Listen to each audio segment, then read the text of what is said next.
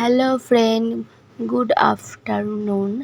এখন সময় হচ্ছে দুপুর 1:30। আর অনেক দিন ধরেই ভাবছি মামকে একটু গোপাল ঠাকুর সাজাবো। বাচ্চাদের গোপাল ঠাকুর সাজাতে কিন্তু খুব ভালো লাগে আর দেখতেও খুব কিউট লাগে। বিশেষ করে এই বছরটা ওর এখন 13 মাস চলছে।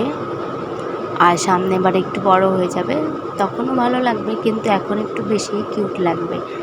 এর জন্যই ভাবছিলাম, তো ওকে সাজিয়ে দিলাম। দেখো, ও কিন্তু খুব দুষ্টুমি করছিল, মাথার চূড়াটা রাখছিলই না, মাথাতে কোনো কিছু রাখতে চায় না, কাপড় কিছুই রাখতে চায় না।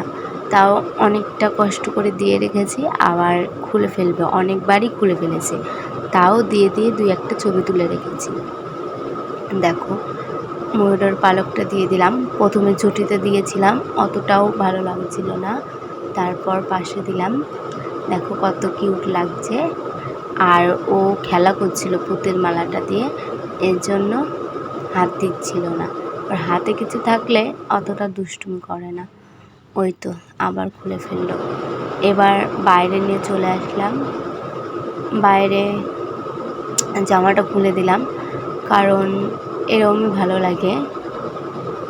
তো সব রকমভাবেই ছবি তুলেছি, জামা পরিয়ে, জামা খুলে, ধুতি করে সব রকমভাবেই ছবি তুলে রেখেছি। আর দুষ্টুমি করছিল, এই যে দিদার সাথে দুষ্টুমি করছিল। মাকেও বলছিলাম মাথায় ওটা বেঁধে দাও, বেঁধে দিচ্ছিল আর খুলে ফেলছিল। আর এই পালকটা তো ছিলই না, ময়ূরের পালক না দিলে ভালো লাগে না, এর জন্য এটা ছিল রাখির থেকে উঠিয়ে রেখেছি। আরও রেখেছিলাম, ওগুলো হারিয়ে গেছে। আরও 2টো রেখেছিলাম, কিন্তু কোথায় রেখেছি কিছুতেই মনে পড়ছে না। পরে এইটা আবার রাখির থেকে খুলে নিলাম। তারপর দেখো দুষ্টুমি করছে, একটু শান্ত হয়ে বসে না। আমাদেরকে একটা ধুতি করে দিয়েছিলাম, সাদা কালারের একটা কাপড় ছিল, সেটা দিয়ে ধুতি করে দিয়েছিলাম। আর ও বেশ সুন্দর দাঁড়াতে পারে, কিন্তু হাঁটতে পারে না। দাঁড়াতে পারে, মোটামুটি 1-2 মিনিট দাঁড়িয়ে থাকতে পারে। ওই 1 পা 2 পা দিতে গেলে পড়ে যায়, এরকম।